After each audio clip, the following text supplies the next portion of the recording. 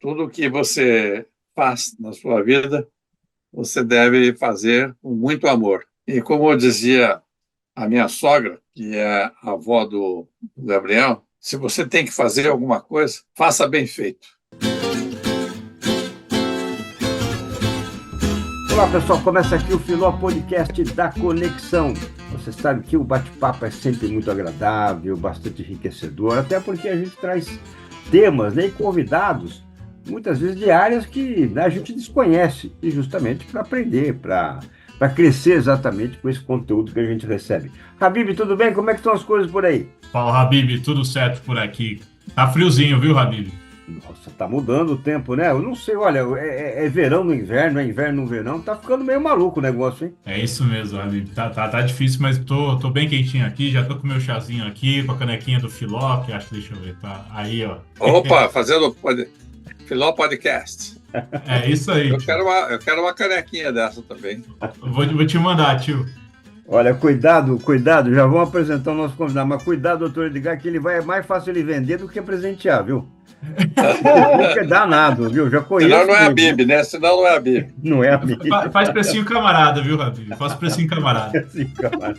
Por falar nele, então, Habib, quem é que a gente recebe hoje aqui com essa alegria toda, com essa simpatia? O convidado de hoje é muito bacana e tem uma história curiosa que ouso dizer que se não fosse ele, eu não estaria aqui, viu, Habib? Olha, puxa, explica aí, Porque o vamos. convidado de hoje, além de ser advogado, ter sido juiz pelo quinto, né, no Tribunal Regional Federal de São Paulo, ter dado aula por 26 anos na PUC, ele foi responsável por apresentar os meus pais, Habib.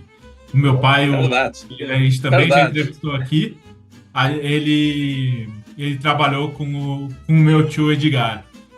Puxa, que É o fantástico. Doutor convidado de Edgar hoje. Silveira Bueno Filho, olha que alegria, que honra recebê-lo aqui. Primeiro, né, dá o seu oi e depois já explica essa história aí, como é que foi essa apresentação. Bom, Elias, então, isso é verdade, viu? Quando eu vi o Abid pela primeira vez, eu falei, esse é o cara certo para casar com a minha cunhada. Olha. E a minha mulher, Sinira, que não está aqui, mas pode ser que ela esteja ouvindo em algum canto escondido aí, ela também teve a mesma sensação.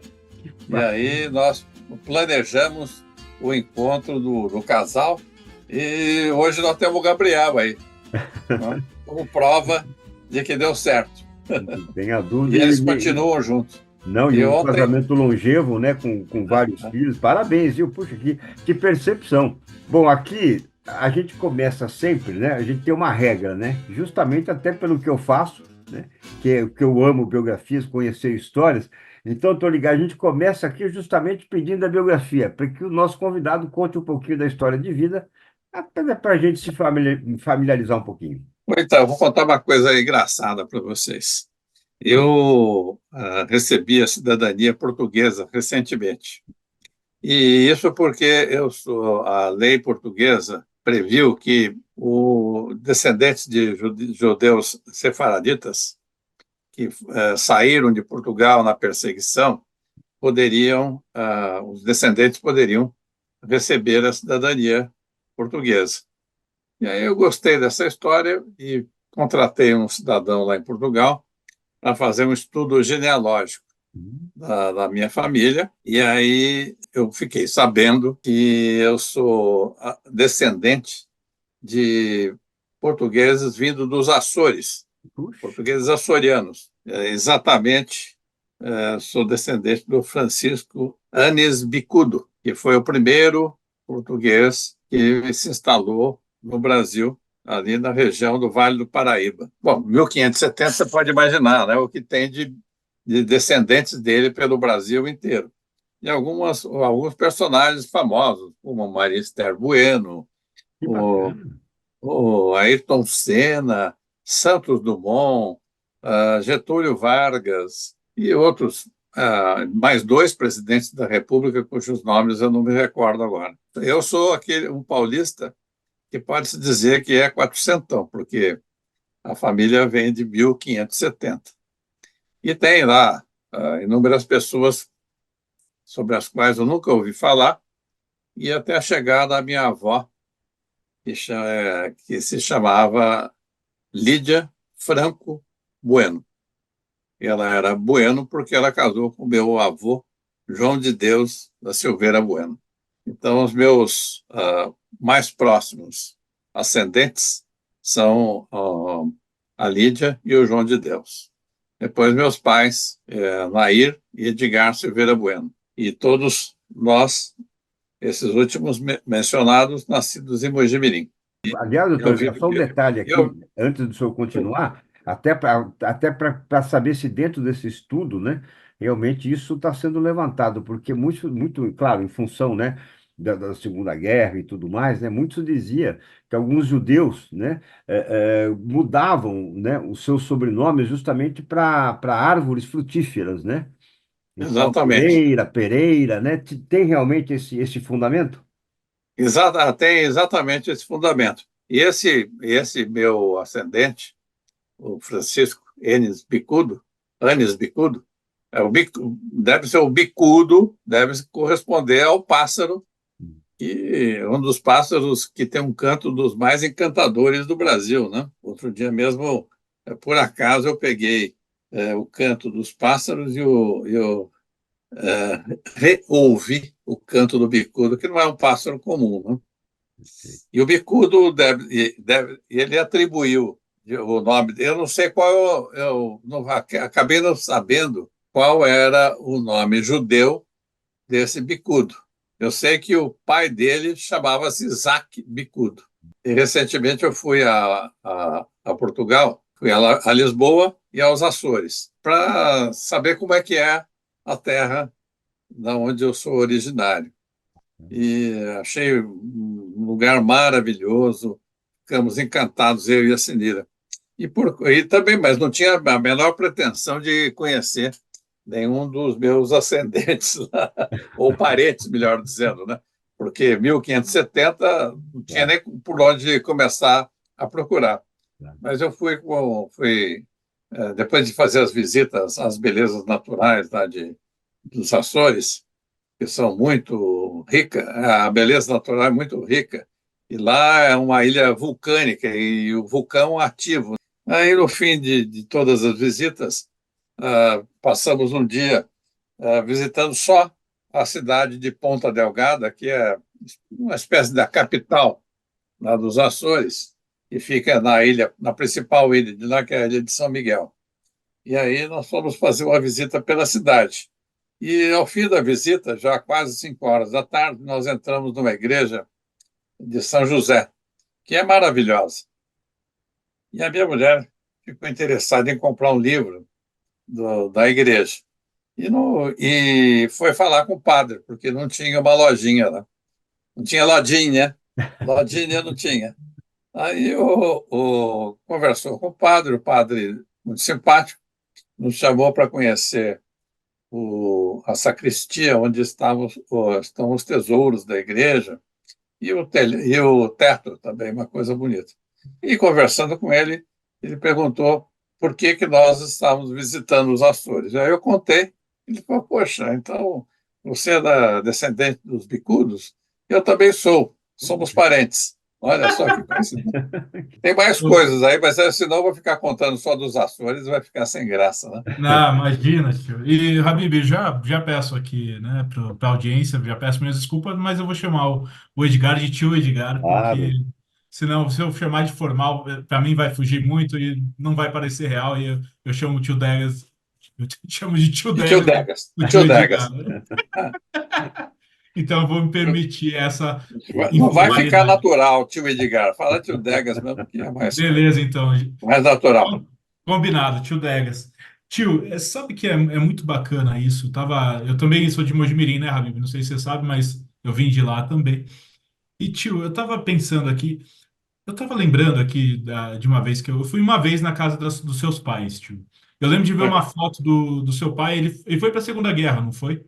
Não, ele foi para a Revolução de 32. Ah, foi Revolução. Ah, porque eu lembro da foto do Exército, na época eu achei que tinha sido a Segunda Guerra. Foi pra Tinha lá um capacete de aço É, e tinha a foto dele com a roupa, um uniforme, né?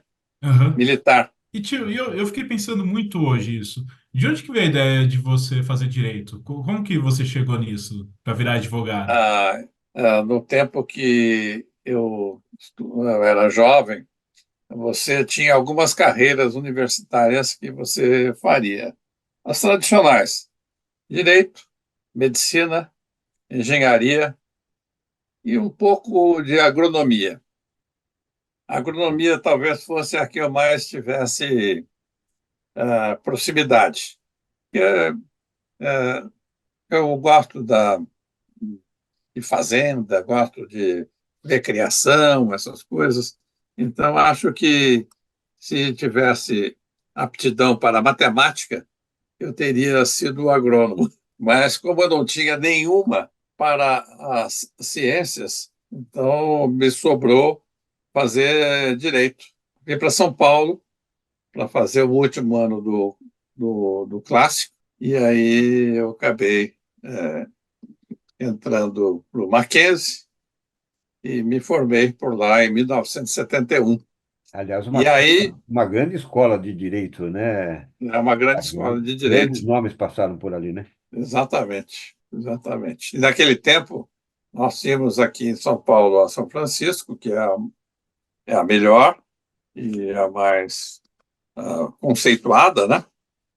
Tínhamos a PUC e o Mackenzie, que já foi fundada a Faculdade de Direito em 1954. E eu acho que, não tenho certeza, mas eu acho que a FMU estava começando naquele tempo. Praticamente 4 escolas de direito aqui em São Paulo. Então, foi assim que eu acabei me encaminhando para o direito e gostei. Aliás, gostei e gosto, porque, apesar de ter 78 anos, eu trabalho ainda com bastante entusiasmo e vou todo dia ao escritório. Quando posso, faço cursos e tenho uma vida também ativa na advocacia, na vida associativa, né? Dentro dessa tua experiência, que sem dúvida alguma, né, é riquíssima, vasta, né? Que direito você conheceu, que direito você vive hoje? Até porque você deu aula também, tem essa troca, né, com os alunos, enfim, né? O que Sim. mudou na sua avaliação no direito? Bem, já que você falou de ter dado aula, convivência com os alunos, eu, pelas mãos do Michel Temer, eu acabei indo ser assistente dele na Faculdade de Direito de Tu, e que é uma boa faculdade, já é tradicional até. E lá ele dava aula de Direito Constitucional e Teoria Geral do Estado. E eu o assistia nas duas matérias. Depois ele passou a dar aula na PUC e lá também me tornei assistente dele. Depois acabei fazendo o concurso e me tornei, fiz o mestrado e fiz o concurso de admissão e me tornei professor assistente mestre da PUC.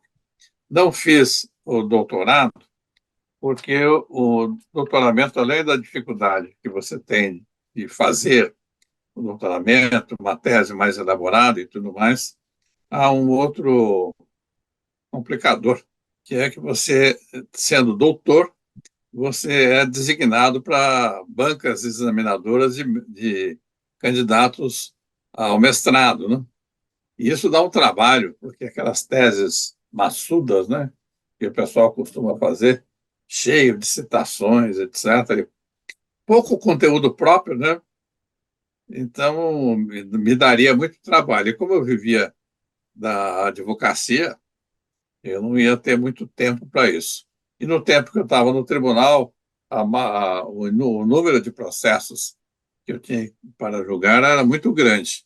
Era tão grande que, mesmo durante as férias, eu tirava alguns dias para descansar, passear, e acabava indo para o tribunal. Minha mulher falou: mas o que você vai fazer se está em férias? Eu falei: é que os processos não estão em férias, estão lá, amontoados, e se eu não julgar, e se eu não começar a estudar e trabalhar agora, eles vão se acumular mais ainda. E me dá uma preocupação muito grande de não julgar esses processos, porque tem atrás deles tem a vida de pessoas, né? Eu aprendia muito com os alunos. Eu era rigoroso em exigir silêncio na classe enquanto eu estava dando aula. Mas eu dizia, vocês podem me interromper inúmeras vezes, não faço a menor questão de dar a aula como eu planejei. Se vocês me fizerem perguntas uh, boas, porque isto enriquece demais a aula e favorece o aprendizado, né?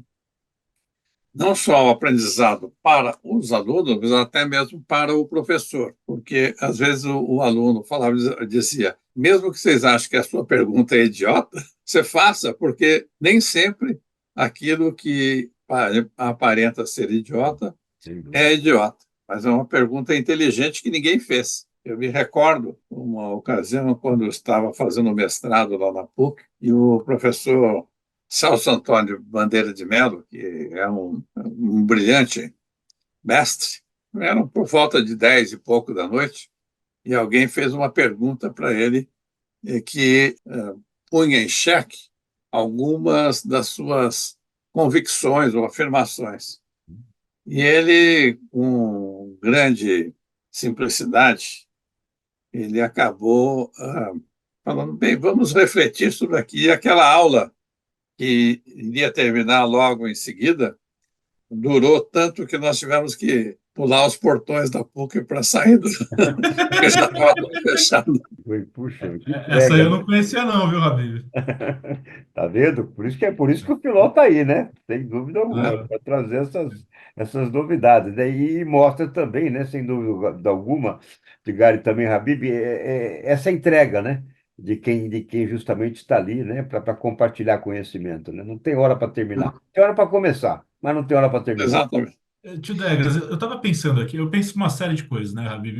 Primeiro que o meu tio Degas, ele contribuiu de uma certa forma aqui para o Filó, porque ele me ensinou a ter coragem para falar com as pessoas. Fantástico. Porque às vezes a gente fica com tanto receio de falar com as pessoas que não toma nenhuma atitude. E o time me ensinou a ter atitude.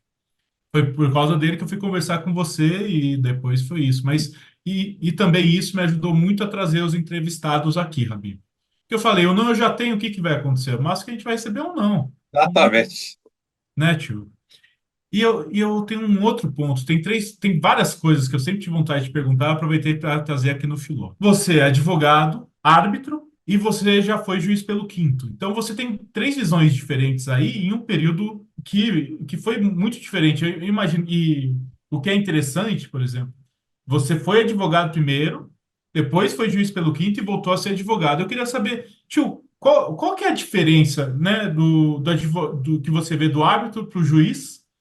E, e quais as suas experiências que você teve como juiz pelo quinto? Se puder explicar para o pessoal o que que é o juiz pelo quinto, e que mais te marcaram, assim? Tive muitas experiências marcantes, seja na advocacia, seja na vida associativa, seja na vida da magistratura, seja na arbitragem. Durante o governo Montoro, eu já era procurador do Estado e foi o primeiro governador eleito de São Paulo depois de muitos anos de período militar. Eu, como outros tantos, inclusive o Michel Temer, ajudamos muito na formulação de programas de governo, ou campanha política, me filiei ao MDB, me tornei fiscal de votação, etc., né? E quando eu estava na Procuradoria do Estado, já não era mais o Michel Temer, o procurador-geral, mas era uma figura excepcional da nossa história, chamada Norma Kyriakos, uma, uma procuradora do Estado que vivia a procuradoria com grande intensidade, era também uma grande lutadora dos direitos das mulheres e tudo mais. Mas, enfim, em 88, nós tivemos, de 87 a 88, tivemos o processo constituinte. E o Antônio Cláudio Mariz, que era o presidente da subseção, da seccional de São Paulo, da UAB, ele procurou a Norma, de quem também ele era amigo, para dizer, Norma, precisamos fazer uma força-tarefa para trabalhar junto à Constituinte, para levar aos deputados e senadores constituintes informações a respeito da advocacia. E nós tínhamos algumas metas, duas delas eram muito queridas nossas. A primeira era inserir um artigo na Constituição dizendo que o advogado é indispensável para o exercício da jurisdição.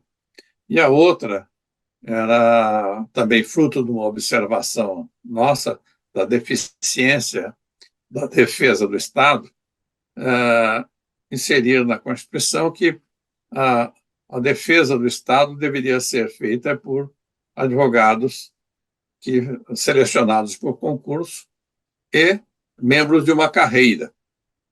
Então, nós fomos trabalhar nesse sentido junto à Constituinte. E deu certo. Mas um fato curioso, havia um deputado que produziu uma emenda supressiva do texto aprovado, o pré-texto aprovado da Constituição, onde essas duas regras haviam sido inseridas. E a Norma Quiriacos falou, Edgar, você vai lá falar com o deputado fulano de tal, e você vai convencer o sujeito a tirar essa emenda supressiva. Mas falei, Norma, não vai dar certo. Como? O cara teve o trabalho de fazer uma norma, de fazer uma emenda supressiva. A que título ele vai... O que eu vou falar para ele voltar atrás? Então, você vai lá e vai dizer da importância da advocacia. Explica para ele, olha, fala, veja você se você fosse réu num processo, o advogado tem que ser respeitado. Se você se tornar prefeito ou governador do Estado, você vai ter que ter advogados bem formados para defender os interesses do Estado. E aí eu falei, bom, ela está mandando, eu vou, né? Você não é que eu fui lá falar com o tal do deputado, que ele me recebeu muito simpático, eu fiz lá um discurso e tudo. Ele falou, mas por que o senhor está fazendo esse discurso para mim, doutor? Eu falei, não, porque o senhor entrou com uma emenda supressiva nos artigos da Constituição que garante exatamente isso que eu estou te dizendo. O advogado é indispensável para o exercício da jurisdição e que a carreira de procuradores do Estado, do município, da União, deve ser formada por gente habilitada por concurso público. Ele falou, não, eu não fiz isso. Virou para a secretária, que ficava... A salinha dele era muito modesta, muito pequena, e falou, fulana, que história é essa dessa emenda supressiva que o doutor está falando? Eu falei, olha, e a moça falou, não, essa é uma emenda que o deputado fulano de tal, que eu não vou falar o nome dele aqui, pediu para o senhor assinar. Esse deputado era membro afastado do Ministério Público do Estado de São Paulo e não gostava da advocacia. Então, aí, não só o cara tirou a emenda supressiva, como ele entregou quem era o autor, o verdadeiro autor daquela emenda. Então, é um fato bastante curioso aí do tempo de advogado, né? Sensacional. Aliás, Edgar, você comentou, né, do Dr. Michel Temer. Recentemente eu tive a oportunidade de, numa das palestras que eu faço, que é o Talk Show Biográfico, poder contar um pouco, né, da biografia dele no grande evento Conexidade que aconteceu em São Sebastião. E realmente queria até que você trouxesse um pouco depois, né, um pouco desse teu convívio com a família, ele também com o Dr. Fued, irmão do doutor, irmão mais velho, né, do doutor Michel. Mas tem um fato curioso, você trouxe agora, né, o governador Franco Montoro, E foi ele que tirou, né, praticamente o doutor Michel da academia, né, é, propondo para ele, né, assumir a Procuradoria-Geral do Estado em 83. E o que me chamou bastante atenção nessa palestra que eu fiz foi que de 84 a 86, como secretário estadual da Segurança Pública, ele criou, olha só, hein, estamos falando 84, né, 94, há 30 anos atrás, Delegacia de Defesa da Mulher, de apuração de crimes raciais, de defesa de direitos autorais e os consegue, né? Exatamente, Ou seja, é um tema tão atual que foi tratado, né? Foi criado há 30 anos. exatamente. E essa delegacia de crimes contra direitos autorais, por uma coincidência, eu tive uma participação nisso, porque Fantástico. naquele tempo eu acumulava a Procuradoria do Estado com a advocacia privada, porque os procuradores podiam optar por um regime de trabalho de dedicação exclusiva, que ganhava um pouco mais, ou a jornada parcial, que era o meu caso. Então, eu tinha uma atividade na área de direitos autorais. Defendi Elis Regina, por exemplo, Ângela Rorô, e alguns outros artistas que eu não me recordo aqui o nome agora. E aí, um amigo meu, lá do Rio de Janeiro, que era veterano nos direitos autorais, ele pediu: olha, será se você não consegue nos levar ao Michel Temer para apresentar um projeto de criação da Delegacia de Direitos Autorais? E assim foi feito. Esse cidadão chamava-se João Carlos Miller, e o outro colega dele, que era também grande amigo meu, era o Jorge Costa, ambos do Rio de Janeiro. Foram advogados de empresas, de fábrica de disco, né, de gravadoras, melhor dizendo, gravadoras, a Philips, a Fonogram, e por isso, aliás, por intermédio deles, até que eu acabei conhecendo a Elis Regina. A bebê. Tio Degas, aproveitando, essa passagem está inclusive na biografia dela, mas é uma passagem interessante, porque o senhor foi advogado dela, mas ao mesmo tempo o senhor fez um trabalho que aparentemente era de um pouco de psicólogo. Você pode contar esse caso aqui pra gente, tio? Bom, advogado e psicólogo. Advogado é um psicólogo que exerce legalmente a profissão, né? Porque você não for psicólogo, você não consegue muita coisa com os seus clientes. Biólogo vai nessa Às linha vezes, também, viu, Edgar? Biólogo vai nessa né? linha. Biógrafo vai nessa linha também. Vai ali nessa linha também, porque o cara não conta tudo para você, né, Elias? Até eu tenho que contar, né? Tem Tem que, que contar, né? tem que arrancar. Semana passada mesmo eu estava fazendo uma call com um cliente, e o meu sócio, o Arthur Rotenberg, que é uma figura fantástica, ele uma hora ele perdeu a paciência com o cliente e falou: ô Jorge, para de falar mentira. Você tem que falar só a verdade. Não adianta nada você falar mentira, porque eu não vou acreditar. Primeiro que eu não vou acreditar.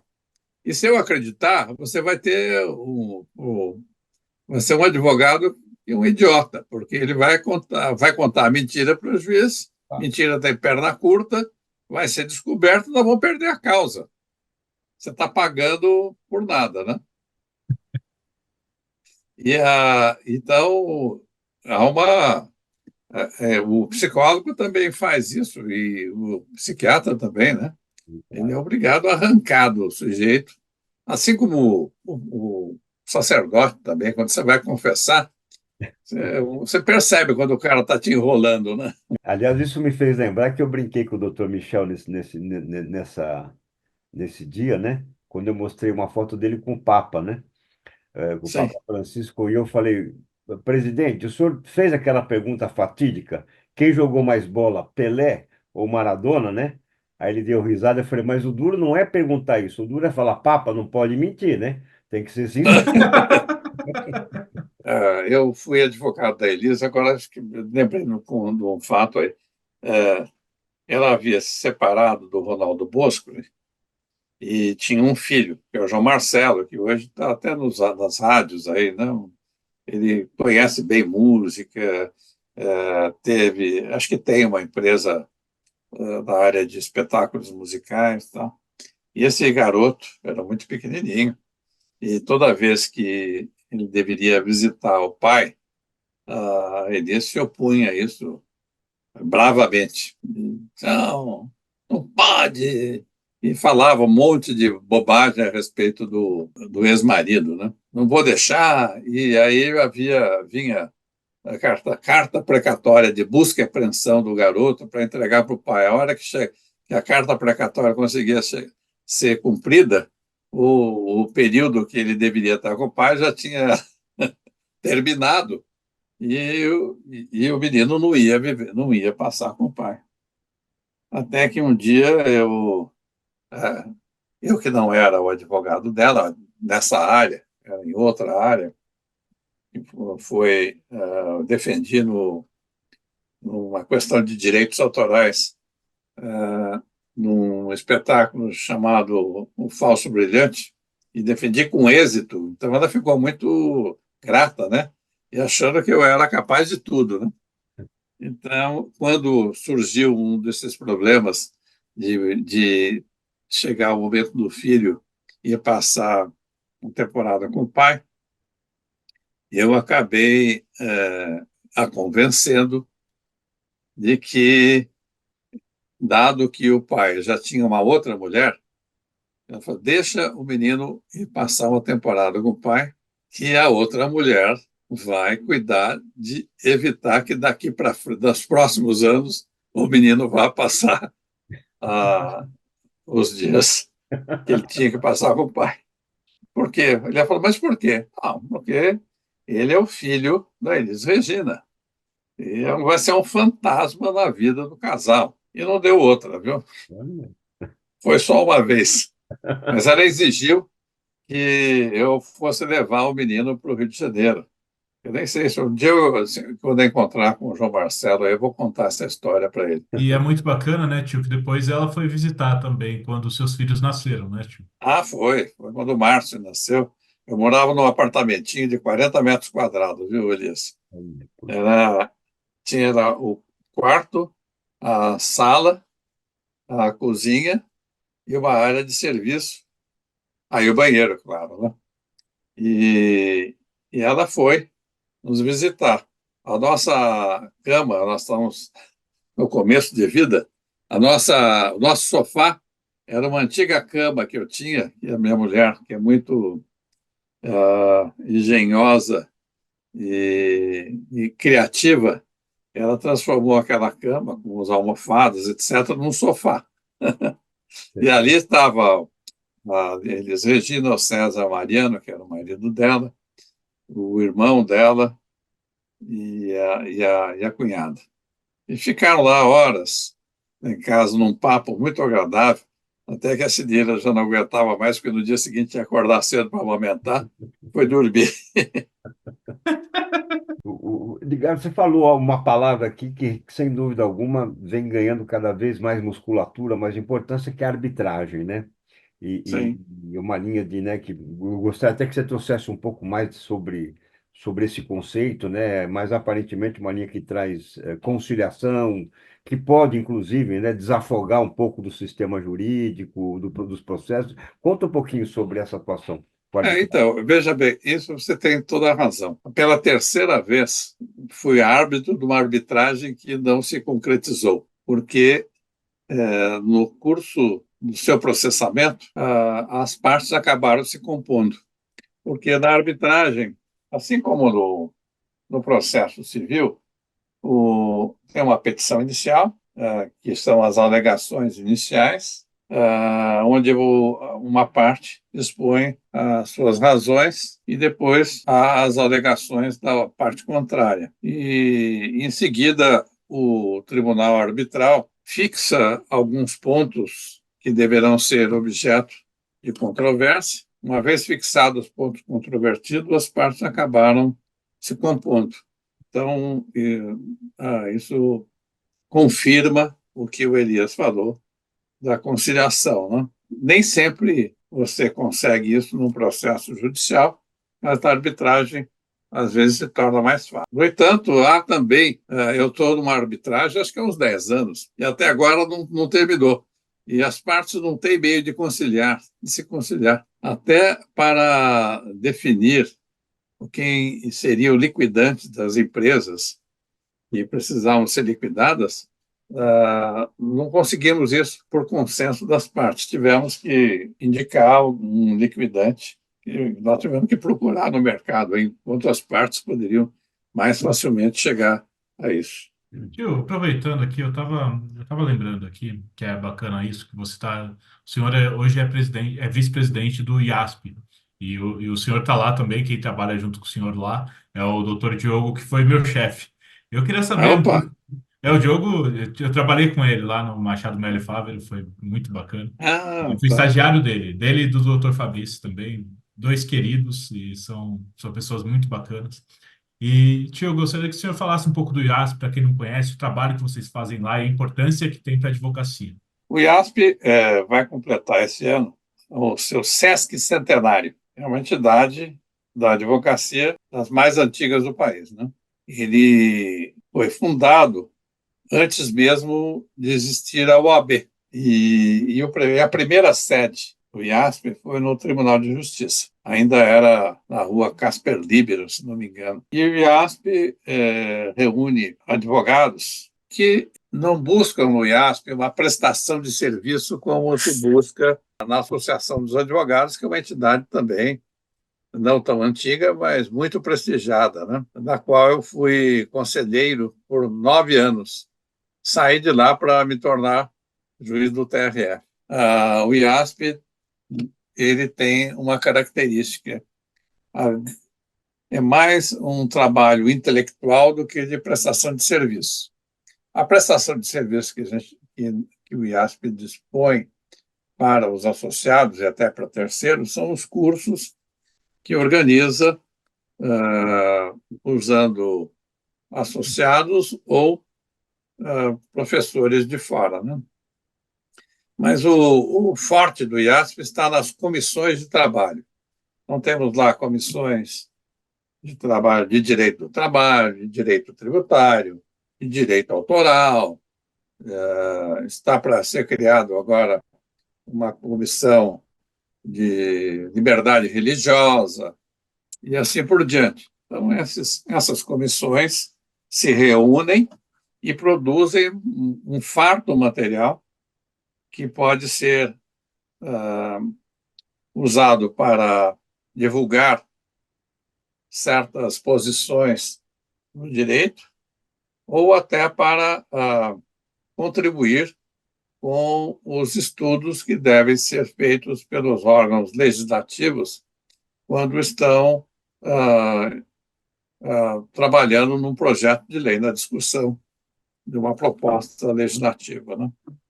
Então, esse trabalho é um trabalho muito interessante e muito profícuo do Instituto dos Advogados.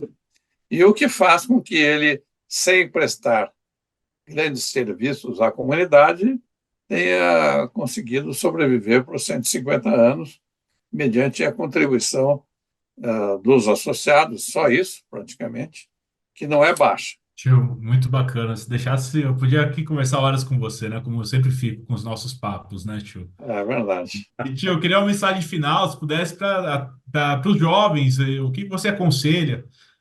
Porque para mim, eu vejo você como um exemplo, tio, e aqui esse papo eu acho que deixou muito claro o que a gente pode aprender com você. Então, queria uma mensagem final aí para a gente, por favor. A mensagem final é a mensagem de Cristo, o amor. Tudo que você faz na sua vida, você deve fazer com muito amor, porque ainda que você produza algo bastante atraente, não tem o mesmo valor daquilo que você faz com afinco, mas com amor, sempre visando favorecer alguém ou alguma coisa, alguma instituição, né? E como eu dizia a minha sogra, que é a avó do Gabriel, se você tem que fazer alguma coisa, faça bem feito. E isto, quando você faz, você segue essa instrução, você acaba fazendo aquilo que você tem que fazer com amor.